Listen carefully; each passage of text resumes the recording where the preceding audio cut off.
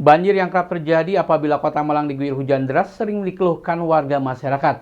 Untuk itu, mengurangi bencana banjir di Kota Malang, BPBD Kota Malang menyarankan agar sumur injeksi atau sumur resapan diperbanyak sehingga mengurangi banjir yang terjadi. Memasuki musim hujan, sejumlah daerah di Kota Malang sering dilanda banjir. Hal ini dikarenakan volume air yang tinggi dan tidak berfungsinya drainase, membuat air meluap dan menyebabkan banjir di beberapa titik di Kota Malang. Untuk itu, mengatasi masalah banjir tersebut, BPBD Kota Malang menyarankan agar sumur injeksi atau sumur resapan perlu diperbanyak, sehingga dapat menampung air hujan. Kepala BPBD Kota Malang Ali Mulyanto mengatakan, perlu adanya menak air hujan, di mana hujan yang turun dari langit tidak langsung dimasukkan ke drainase dan dibuang ke sungai. Akan tetapi air hujan harus dimasukkan ke tanah melalui sumur injeksi. Ditambahkan oleh Kepala BPBD Kota Malang, untuk mengatasi masalah banjir, selain membuat sumur resapan, juga akan dibuat sistem jacking di Malang, Bara dan Sudetan yang rencananya akan dibuat di Soekarno-Hatta. Sudetan yang rencananya dibuat di Soekarno-Hatta nantinya akan membuang aliran air dari Soekarno-Hatta ke Kali Brantas. Dengan demikian, banjir yang sering terjadi di Kedawung dan Lejen Sutoyo dapat diatasi. Apa penyebab banjir?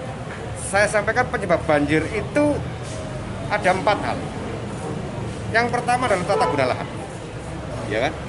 Sebenarnya disebutkan oleh Pak Wali, tata guna lahan. Yang kedua adalah kurang berfungsinya maksimalnya yang namanya sungai. Yang ketiga adalah kurang berfungsi maksimalnya drainase atau afurnya. Dan yang ketiga adalah kebiasaan kita semua. Jadi kita semua, apakah itu membuang sampah, apakah membuat bangunan yang seenaknya, ini kebiasaan kita.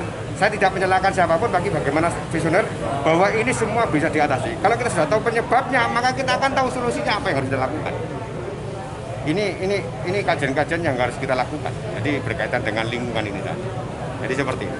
Ini harus ada kompensasi, ya kan? Harus ada kompensasi, harus ada yang harus dilakukan bosen lagi.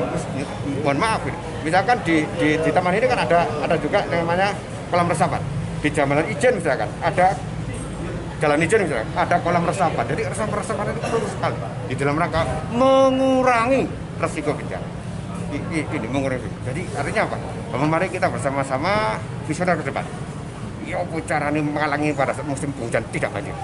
Jadi artinya bahwa faktor-faktor ini penyebab ini, kalau misalnya kita sadar ya, karena bencana ini tidak hanya milik BPBD, tidak hanya milik pemerintah Kota Malang, tidak hanya miliknya masyarakat, tapi tidak hanya miliknya kaum bisnis, tidak miliknya akademisi, juga jenengan semua. Yang kita sebut juga petahelik, tapi bencana ini milik kita semua. Kalau semuanya ini bergerak, misalkan dari masyarakat, ini sudah bergerak, dia membuat sumur-sumur injeksi, membuat sumur-sumur resapan. Kalau di masing-masing RW itu dilaksanakan yang sumur injeksi luar biasa. Simon Alfredo melaporkan. TNI AU Lanut Abdurrahman Saleh Malang menerima alat utama sistem persenjataan atau alutsista. Alutsista tersebut yakni pesawat angkut jenis Kasa NC212I. Pesawat baru tersebut merupakan buatan dalam negeri yang diproduksi oleh PT Dirgantara Indonesia. Pesawat Kasa NC212I milik TNI AU ini mendarat di Skadron 4 Lanut Abdurrahman Saleh Malang. Pesawat ini merupakan bagian dari total 9 pesawat baru yang dipesan TNI Angkatan Udara. Pesawat ini merupakan produk dalam negeri yakni buatan PT Dirgantara Indonesia. Meski buatan dalam negeri, teknologi pesawat Kasa NC212I ini terbilang mutakhir. Pesawat ini terbilang multiguna lantaran memiliki daya angkut lebih banyak dengan sistem navigasi dan komunikasi yang lebih modern. Pesawat ini juga telah dilengkapi sistem autopilot dan cockpit voice recorder. Selain sebagai pesawat intai, pesawat ini juga dapat digunakan untuk teknologi modifikasi cuaca, foto udara, penyebaran benih tanaman keras dari udara, dan evakuasi medis. Pembelian alutsista buatan dalam negeri ini merupakan dukungan TNI AU terhadap pemerintah. Dengan membeli alutsista buatan dalam negeri, seluruh komponen mulai tenaga kerja hingga devisa dapat kembali ke negara. Saat ini di Skadron 4 Lanut Abdurrahman Saleh memiliki 9 pesawat Kasa. Skadron 4 masih menunggu 7 pesawat lagi dari PT Dirgantara Indonesia yang saat ini masih dalam tahap penyelesaian. Yang jelas kita mendukung program pemerintah memajukan industri pertahanan. Kita juga sudah ada undang-undang KIPP ya, sehingga dengan kita menggunakan produksi dalam negeri tentu saja tenaga kerja kita banyak yang terserap ya kan. Devisa kita juga tidak lari keluar ya. Dibanding kalau kita beli produk luar negeri, devisa kita keluar, kemudian tenaga kerja kita tidak banyak terserap. Dan ini juga amanat undang-undang kita menggunakan produksi dalam negeri. Simon Alfredo melaporkan. Hujan yang mulai turun dikhawatirkan warga Brau Bumi Aji, Kota Batu. Kondisi jalan menanjak dan menurun tajam ini bisa membahayakan pengguna jalan, terlebih ketika hujan jalan menjadi licin. Perbaikan sedang dilakukan pemerintah Kota Batu dan berharap segera rampung sehingga jalan bisa lebih aman ketika dilintasi. Beginilah pemandangan yang terlihat menuju Jantur Brau Bumi Aji, Kota Batu. Kondisi jalan menanjak menuju Dusun Brau ini seringkali terjadi longsoran tanah tebing sehingga mengganggu kelancaran aktivitas warga dan pengendara. Jalan yang tidak lebar serta aspal yang mulai tertutup tanah ini menjadikan badan jalan harus diwaspadai khususnya ketika hujan turun karena badan jalan menjadi licin. Perbaikan jalan sedang dilakukan khususnya pada sisi kanan yang diperuntukkan sebagai saluran air, sehingga ketika hujan air di atas masuk selokan dan tidak ke badan jalan. Menurut salah seorang warga mengungkapkan, ketika penghujan maka badan jalan menjadi lebih sulit ketika dilintasi sepeda motor, terutama dengan beban berat. Tidak hanya itu, longsoran tanah sering terjadi dan menutupi badan jalan, sehingga mengganggu kelancaran aktivitas. Di wilayah Brau, pada beberapa waktu yang lalu terjadi tanah bergerak sehingga rawan longsor dan sebagian penduduk harus dievakuasi. Warga berharap pada penghujan tahun ini tidak terjadi longsoran tanah maupun bencana lainnya di Kota Batu, khususnya di Dusun Brau, sehingga warga masyarakat bisa beraktivitas dengan normal, sekalipun pada musim penghujan. Sulit ya kalau penghujan gimana? Oh sulit, ini tahu ya di pelebarnya. Pelebaran tapi masih Pak ya, tapi kondisinya masih tanah gini Pak ya. Iya. Kalau hujan belicin Pak ya. Oh hujan ngepot. Ngepot Pak ya. Pak ini sering juga ya longsor dulu ya, Brau dulu ya. Belah tanah longsor Pak ya. Sering Pak ya. Itu lebih berhati-hati Pak ya. Iya. Memang dulu ada tanah Pak ya, tanah gerak itu ya di Brau sana Pak ya, di atas ya. Ada Pak ya. Tanah gerak aja ngungsi. Biar ngungsi Pak ya, betul ya. Ini kayak gini jalannya, aduh. Kalau malam gimana nih? No, tidak apa-apa malam. Malam Tapi ya. belum ada lampunya Pak ya? Oh, jual ini lampu. Oh iya. Ganggu. Okay. Tapi ada jalan alternatif Pak sebelah sana Pak ya? Ada Pak ya. Sana. Iwan Hikmawan melaporkan. Terima kasih Anda masih bersama kami Info 7 Malang Raya. Kesiapsiagaan menghadapi bencana sekaligus meminimalisir dampak yang terjadi. Bertempat di lapangan Desa Sumber Berantas Bumi Aji dilaksanakan kegiatan apel siaga bencana menghadapi penghujan 2021-2022. Pada kegiatan tersebut juga diserahkan bibit pohon untuk ditanam di beberapa wilayah di Kota Batu. Apel siaga bencana menghadapi musim penghujan 2021-2022 ini diikuti oleh Satgas gabungan dari berbagai elemen seperti TNI, Polri, Satpol PP, BPBD, tim rescue, dan Satgas lainnya. Kegiatan apel siaga bencana ini untuk mengetahui kesiapsiagaan dalam menghadapi bencana, sekaligus meminimalisir dampak yang terjadi. Apel siaga bencana ini dihadiri Wali Kota Batu Hajah Dewanti Rumpoko, Ketua DPRD Kota Batu Asmadi SP, Kepala Pelaksana BPBD Jatim Dr. Andes Budi Santoso beserta jajaran, perguruan tinggi, Forkopimda, BUMN, dan undangan lainnya. Dalam sambutannya di hadapan peserta apel siaga bencana dan undangan Wali Kota Batu Hajah Dewanti Rumpoko menjelaskan, berdasarkan kondisi geologis dan topografi di Kota Batu, bencana alam yang terjadi meliputi tanah longsor, tanah turun, gempa, dan cuaca ekstrim. Wali Kota Batu berharap kewaspadaan semua pihak dan masyarakat semakin ditingkatkan melihat potensi bencana pada musim penghujan rawan terjadi.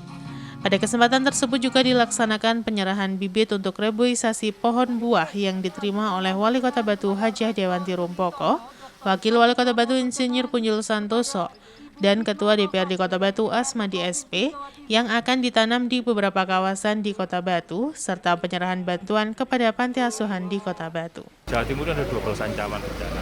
Plus 1 likuifaksi yang ada di Banyuwangi, Jember, dan Lumajang. Nah, sekarang ini kita memasuki masa peralihan dari musim kemarau ke musim hujan dan perlu diwaspadai berdasarkan informasi dari BMKG ada kemungkinan hujan ini sudah mulai di akhir Oktober atau awal November sampai dengan Januari. Nah, bulan-bulan ini yang harus kita waspadai di seluruh wilayah Jawa Timur karena hampir seluruh wilayah Jawa Timur ini punya potensi terkait dengan banjir bandang dan longsor. Kota Batu termasuk, dan daerah yang paling sering ya di sekitar sini di Bumi Aji sendiri. Dan ini di seluruh Jawa Timur juga sudah dilakukan, dihimbau. Jawa Timur sendiri juga sudah melakukan apel siaga bencana hidrometeorologi. Bupati Wali Kota se-Jawa Timur juga sudah berangsur-angsur hari demi hari juga melakukan apel siaga ini untuk menghadapi dan mengantisipasi musim hujan yang akan datang.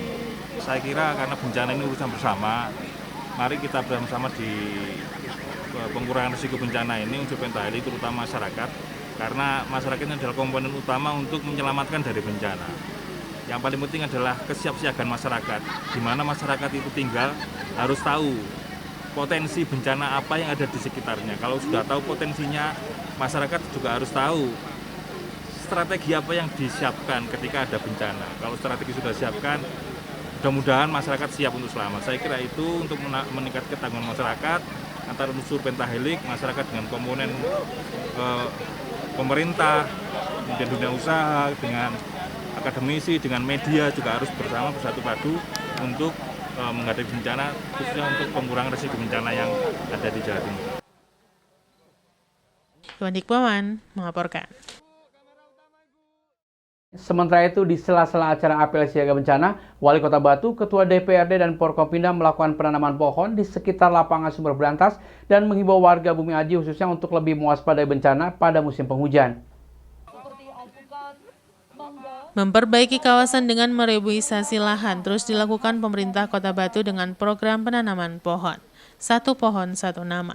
Kegiatan ini terus berlanjut dengan penanaman ribuan pohon buah di beberapa kawasan di Kota Batu, salah satunya di wilayah Sumber Berantas. Dari data statistik bencana alam di Kota Batu pada tahun 2020 terjadi sebanyak 114 kejadian.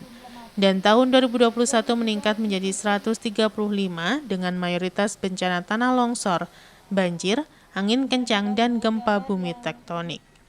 Penanganan bencana ini sudah melalui kajian dan rencana kontingensi dengan pemetaan penduduk di kawasan rawan bencana, pelatihan relawan bencana, dan simulasi.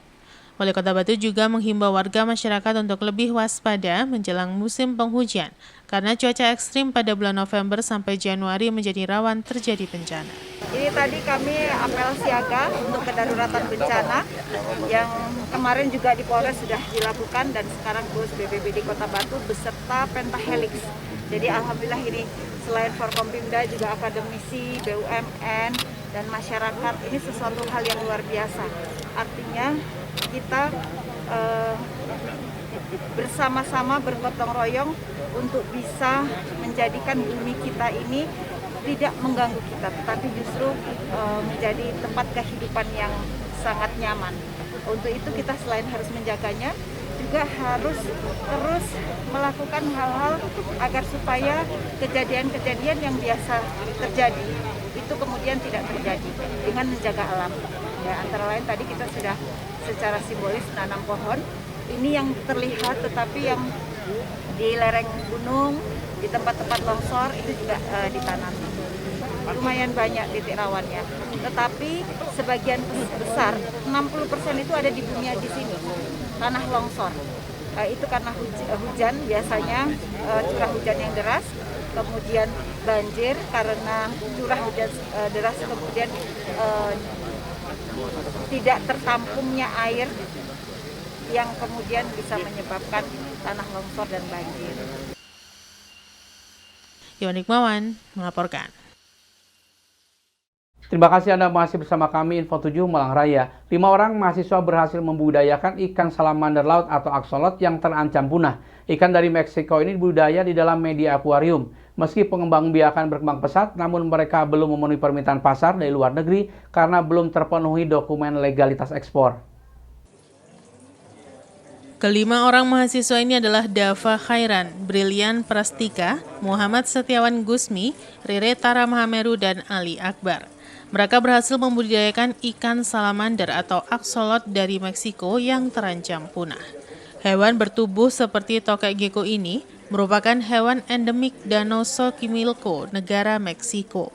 Mereka biasa hidup di dasar danau berkedalaman 2.240 meter di bawah permukaan laut, dengan suhu air lebih dingin dibanding air di negara tropis seperti Indonesia. Meski berstatus sebagai hewan dilindungi di negara asalnya karena kondisi hampir punah, 5 mahasiswa ini berhasil mengimportnya lengkap dengan dokumen penyerta. Dari 10 ekor di awal pembudidayaan berhasil ditangkarkan dalam akuarium kaca dengan sistem water closed loop chiller system.